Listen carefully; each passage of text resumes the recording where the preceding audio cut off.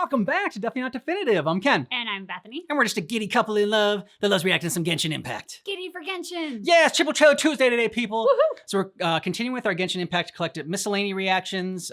This is for Hu Tao, Rosaria, and Yanfei. Yanfei, whatever, their names. We always mispronounce them the first time around. It's just gonna happen. And then if you want all of our Genshin Impact reactions, check out the description of this video. We got a playlist there for you. Yes, we do. Got a link to our Patreon. We can get early ad-free access. Yeah. So the way we do this is we're gonna watch these, and then afterwards we're gonna say like who we think is the strongest out of them, who's our favorite. So he's forgetting something. And you all who've watched our other Genshin videos know what he's forgetting. Yep. We have a drink. And this is arguably, I think, my favorite outside of the MK Margarita, because this is Klee's Sparkling Bomb, and it has a rim of Pop Rocks. Yep. Which is freaking awesome. And cheers. Even Bucky likes it. Even Bucky likes it. He wants Pop Rocks. Yes, he does.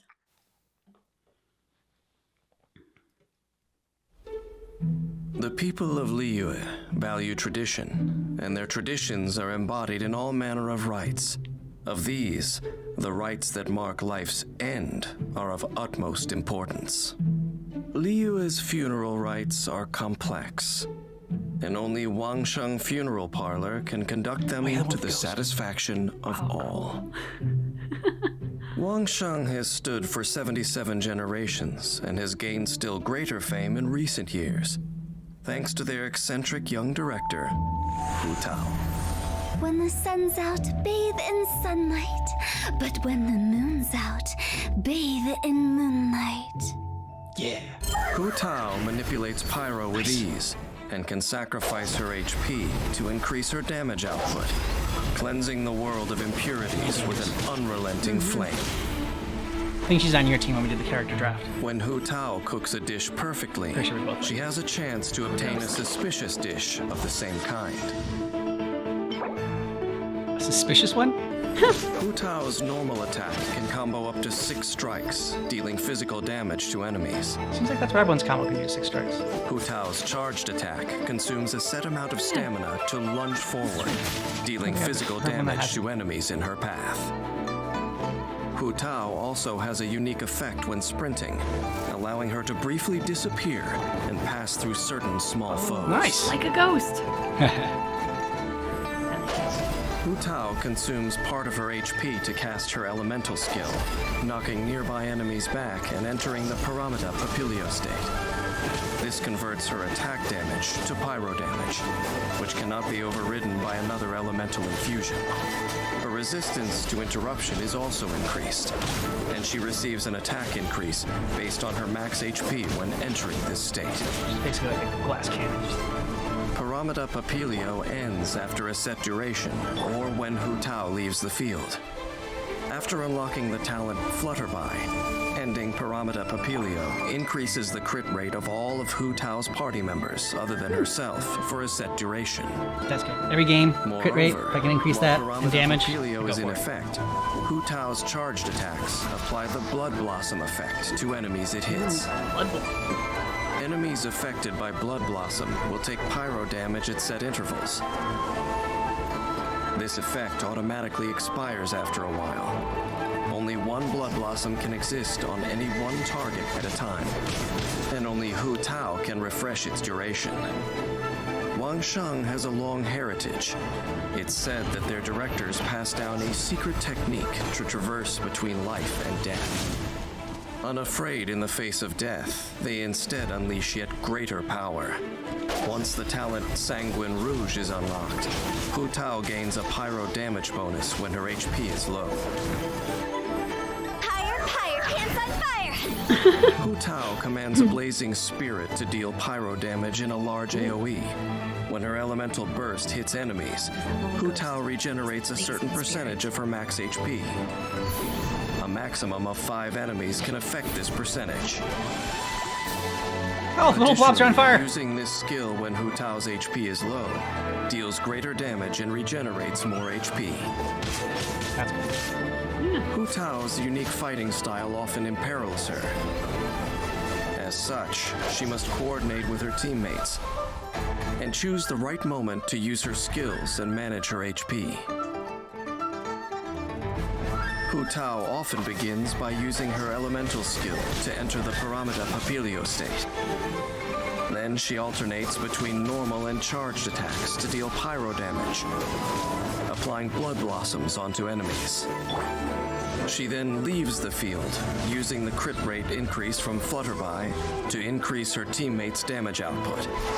When Hu Tao's HP is low, she can choose a group of enemies upon which to unleash her elemental burst, dealing pyro damage and regenerating her HP. Wangsheng Funeral Parlor conducts rites of utmost solemnity, and its staff are used to speaking little, making Hu Tao's liveliness seem an ill fit. Her elders once criticized her mischief-making, but having seen her immaculate conduct of the parlor's affairs, they could do naught but admit their error. Life and death are but two halves of an endless cycle. Life leads unto death, and death unto new life. Why then should death be taboo? Hu Tao has had the wisdom to see this, though some of her elders have yet to do so. Mondstadt's Church of Favonius has a very unique sister, Rosaria. Despite being a priestess, she has never been witnessed offering prayers to the gods. Swift of foot and aloof in speech, she becomes active in the darkness of Mondstadt's night. She belongs to a clandestine side of Mondstadt, brandishing sharp blades under the moonlight to strike down intruding shadows. Assassin. In exchange for the people's freedom and peace, the non-believer is tasked with purging the filth that no light will touch.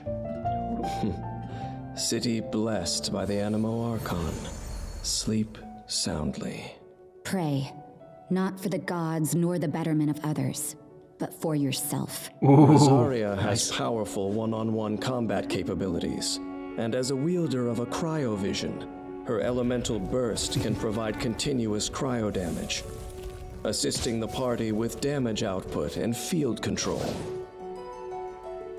When Rosaria is in the party, she increases the movement speed of party members during nighttime.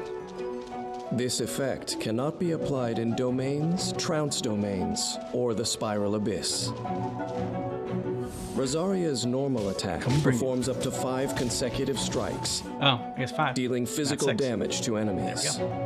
Holding the attack button allows Rosaria to consume a certain amount of stamina to lunge forwards, dealing physical damage to enemies in her path. I mean, the boss just Tapping Rosaria's elemental skill swiftly positions her behind her opponent. She then pierces and slashes the enemy with her polearm, dealing cryo damage. Ravaging Confession can be used to quickly approach an enemy, identify an advantageous position, and launch your assault. It can also be used to dodge enemy attacks, allowing you to turn the tide of battle. It is important to note that Rosaria cannot use this ability to move behind larger enemies. After unlocking the talent Regina Probation, whenever Rosaria strikes an enemy from behind with Ravaging Confession, her crit rate will increase for a short period of time. Lights out. For her elemental burst, Rosaria swings her polearm around her, striking all nearby foes. An icy lance of coalesced frost then strikes the ground, dealing cryo damage. While the ice lance is present, it will intermittently emit a freezing chill, dealing cryo damage to nearby enemies. Strategically utilizing the ice lance through elemental reactions allows party members to control or inflict even greater damage upon enemies. After unlocking the talent Shadow Samaritan, when Rosaria uses Rites of Termination, all party members except for Rosaria receive a temporary increase to their crit rate based on Rosaria's own crit rate. Rosaria, throwing herself into battle, turns daytime idleness into the biting blades of winter that plunge into the bones of the guilty. I think wordage in this one. Coordinate attacks with the other characters in your party, and use elemental skills to trigger elemental reactions. At the same time, quickly shift behind the enemy and follow up with normal attacks. When Rosaria's energy is full, use her elemental burst to inflict continuous cryo damage, then leave the field. Use the crit rate increase from the talent Shadow Samaritan to assist the other party members in swiftly defeating foes. Mondstadt's nights are peaceful and tranquil, but in the quiet of the dark, there are those who glimpse a flash of cold steel. Assassin. This is the dour sister who metes out punishment to protect this place of peace and the sisters who are purity incarnate. Unperturbed with dirtying her hands, she has become a blood-soaked executioner. And having witnessed the cruelty of this world, she can no longer close her eyes and extol the blessings of the gods. Rosaria, the most unique sister in Mondstadt's Church of Favonius, never needed redemption from the gods, for she grasped it with her own hands. Nice. Yeah, good for you. Liyue is both the nation of contracts and the beating heart of trade in Teyvat. Its laws are rigorous and exhaustive, serving as pillars of order in a fluid population. But those able to memorize and abide by all the laws of the land number few indeed. Accordingly, when civil disputes and criminal proceedings arise, the first point of call for many is Liyue Harbor's famed legal advisor, Yanfei. Only by adhering to the law can the people solve life's myriad of problems. Honored as Liyue's top legal expert, Yanfei knows the law like the back of her hand, as well as how to bend it, balancing legality and humanity. Her expertise routinely resolves the most intractable of disputes. But if confronted by those who act with flagrant disregard for the law, it is Yanfei's command of fire and flame that will place them in jeopardy. As Liyue's most sought-after legal advisor, Yanfei provides legal support across the whole of Liyue, which has allowed her to explore many of its hidden corners. Having mastered the legal codices, she is well versed in the various local specialties traded by the waterfront. When Yanfei is in the party, the location of resources unique to Liyue appear on the minimap, making it easier to gather certain items. Yanfei's normal attack casts a fireball and can be comboed to deal up to 3 rounds of pyro damage. Hitting an enemy with a normal attack grants Yanfei a single Scarlet Seal. She can possess a maximum of 3 Scarlet Seals at a time. Gaining a new Scarlet Seal resets the duration of existing seals. Each Scarlet Seal decreases Yanfei's stamina consumption, and they will disappear when she leaves the field. Holding the attack button consumes a set amount of stamina and releases a charged attack, dealing AoE pyro damage in the area in front of her. Any Scarlet Seals held by Yanfei are consumed when a charged attack is released, and the AoE and damage of this attack are increased based on the number of Scarlet Seals consumed. After unlocking the talent Proviso, when Yanfei consumes Scarlet Seals with a charged attack, each Scarlet Seal will increase Yanfei's pyro damage bonus for a set period. If she uses a charged attack again during this period, it will end the effect. Yanfei's sharp eyes and keen wits aid her in singling out opportunists and lawbreakers, whilst the adeptal power that resides within her helps when it comes to serving out justice. After unlocking the talent Blazing Eye, when Yanfei's charged attacks deal crit hits, she will deal an additional bout of AoE pyro damage. Tap Yanfei's elemental skill to summon Blistering Flames that deal AoE pyro damage.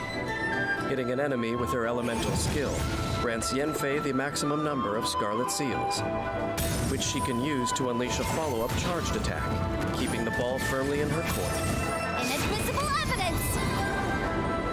Unleashing Yanfei's elemental burst triggers a spray of intense flames that rush at nearby enemies, dealing AoE pyro damage, and granting her the maximum number of Scarlet Seals, as well as applying Brilliance to her. Brilliance grants Yanfei a Scarlet Seal at fixed intervals. It also increases the damage dealt by her charged attacks. Adept use of Brilliance allows Yanfei to increase her Scarlet Seal accumulation rate and string together charged attacks, dealing greater damage to her enemies. Yanfei's Flaming Seals are a powerful legal instrument, and and her terms of use ensure that they bolster her position in any form of dispute. By first accumulating scarlet seals, then following with an enhanced charged attack, Yanfei can rule decisively on any case before her. During battle, Yanfei can alternate between normal attacks and her elemental skill to deal pyro damage to enemies, and gain scarlet seals. With scarlet seals in her possession, Yanfei can release powerful charged attacks to put the enemy on the back foot.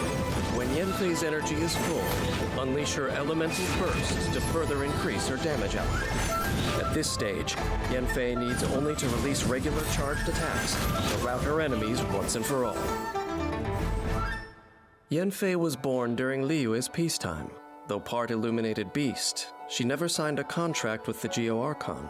Unconstrained by Adepti responsibility, she keeps herself busy in the city, experiencing all manner of worldly affairs, comprehending all levels of human emotion. In her hands, the legal codices are a contract, a tool, a framework of reason, but never a cage. She longs for a free-spirited life well within the confines of the law, but each detail of the cumbersome legal codices is also dear to her heart. Perhaps one day, a balance can be struck between them. Okay, so start. We want to start with favorites or most powerful. Both those questions are really tough for me to answer. I think I know hands down who the most fascinating is. Yeah, I think I Rosaria. Yeah, for sure. I mean, she's basically like a priestess nun turned blood-soaked assassin. She is the black sheep in her church. Mm-hmm. She is a character that I'm like, I want to know more. I am so fascinated. Like, how did you get to this place? And yeah, like I would watch a lore video just on her. Yeah, I agree. To learn more. I agree. She was definitely the most interesting. I thought for sure Hu Tao was going to be my favorite out of this one, but then Rosaria came in. So like Yanfei is number 3 as far as my favorites.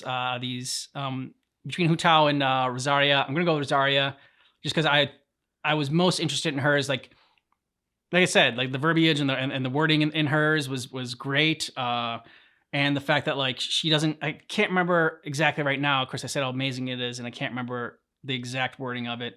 But she talks about the narrator said that she doesn't need to like ask for forgiveness from the gods or whatever because she already like took it for herself. It wasn't forgiveness. It was another word that I'm blanking on. But so I like that. I like the fact that like she's the black sheep of a church, of a nun, and she's like also a master assassin. So yeah, I'm gonna give her top billing. What about you? I also really love the fact that in her story, she is this black sheep. She's so different.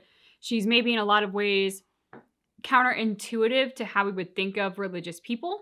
And yet I absolutely love her story. And I think part of that is because whatever her faith is that led her into being this priestess kind of church goer, she obviously studied it and made sense of what worked for her. And so like I think that's what in honesty the best people in religion do is they study it and they go, okay, these are writings and interpretations of people based on religion. I am going to study them and I'm going to make sense of it for myself and what can help me lead my best life. Like I always think of your mom as somebody who lives by that. Like she really is very passionate about this. I'm sure if I sat down and talked to her about religion, her knowledge would be well above mine in every regard. But she's really found what makes sense to her, and she has this beautiful faith-based piece from that without imposing it on anyone, but also being very ready to help anyone. And I kind of see Rosario as doing that. Obviously, not so much in like the faith-based piece and helping people, more in a little bit of like murder and rebellion, but she's found what makes sense to her, and I really love that. It's hard to pick a favorite because these characters are so distinctly different, and I really admire them, each and every one of them. I think I'm going to go with Hu Tao for my favorite. Okay. How come? I mean, because you just talked about so much about Rosaria and like how fascinated you are by her, but what made Hu Tao, even though like you're more fascinated with Rosaria's story, why is Hu Tao now more of your favorite character? I think Rosaria fascinates me, but I don't necessarily know if I would. And this is like, oh God, this is a terrible thing to go by. But you know, when they talk about presidential elections and like the person who wins it is the person you want to grab a beer with. Not the level of discord that we should be judging our presidents by. But I think for Rosaria, I'm like, I really like her. I would like to know more about her. But I don't know if I would actually like to be around her. I don't know if I would like her per se. I'm not sure that I wouldn't. I just don't know that I would. But Hu Tao, I love the ghost element. She seems very fun. And I think I got a glimmer more of her personality where I was like, oh, I like you and I would like to hang out with you. Yanfei, I also loved her. I love the fact that she was centered around the law. Because I do think the law, kind of like religion, is one of those things that can be so beautiful and so necessary, but can also be so twisted and corrupted to be terrible. So I like that Yanfei is focused in that and trying to balance the law with humanity and like do right by the people. That all really jived with me. I just think it felt a little bit too, I don't know, like campaign slogan-esque. it was like a little bit too cookie cutter and good. Yeah. Whereas like Hu Tao, she's got like the ghost element. She has a little bit of like an edge with that just made her, I think, kind of a good middle ground between Rosaria and Yanfei. Like Yanfei's over here, all law and order, and then you have like the blood-soaked assassin in Rosaria, and Hu Tao's in the middle, just hanging out with her ghost. Yeah. And I kind of like that. For Hu Tao, what I'd like to at the end of hers was the fact that, you know, death and life are two sides of the same coin. Like, you know, and you can't have one without the other. Yep. And she sees, I don't know, like the importance of death, but not death as like as the end. But it's another beginning, and I really I like that about her. And so it seemed like, you know, they said even though some of her elders might not, you know, yet grasp the concepts that she already has, so she seems like a prodigy. So that's good for her. Power level wise, I would go the same as actually my favorites. I would go Rosaria, Hu Tao, and Yanfei. Rosaria, just because I think that like she'd be the best, just because, you know, she's a master assassin executioner. I liked her powers. I liked her fighting style. Another one's like Hu Tao and Yanfei. They were like a funeral parlor director and a lawyer. I know they have powers too, obviously. But yeah, I just wasn't. This one, I don't think there's as big of a gap between them in power levels. I think they're all very close. So if you told me any one of them was more powerful than the other, I'd believe it. But that was just what I was going after. Rosaria does feel more built for fighting. She seems more of the warrior than Hu Tao and Yanfei. So I think I'm going to go with her because I think physically she is more of a warrior. I think you could also argue that Yanfei is probably a legal warrior. There are probably battles fought in courtrooms that she would far outmatch the other two. Oh yeah. But this is Genshin Impact, and we're interested in physical fighting. So Rosaria takes it. I did like what you said about Hu Tao as well, in terms of like, and it's just, I'm pretty sure the line was from The Mummy. We talked about it recently in something else, but like death is only the beginning. Yeah. And I know that line has always stuck with me, and I think that it is very interesting. There are so many beliefs that we have to grapple with death and what comes after, and to make peace with our own mortality. If you want all of our Genshin Impact reactions, check out the description of this video. We got a playlist there for you, as well as a link to our Patreon. We can get early ad-free access. Who doesn't love ad-free? Yeah, exactly. And early access, you can get like up to a week or more in some of our videos, depending on, you know, what you're interested in. We have this channel and our other channel, Definitely Not Definitive. So this is the gaming channel. We have another channel in case you didn't know. And they're full reactions too. Yeah. That's the other piece of it. So like sometimes you have to abridge them to get them onto YouTube, but like with our Patreon, you see the whole thing. This is true.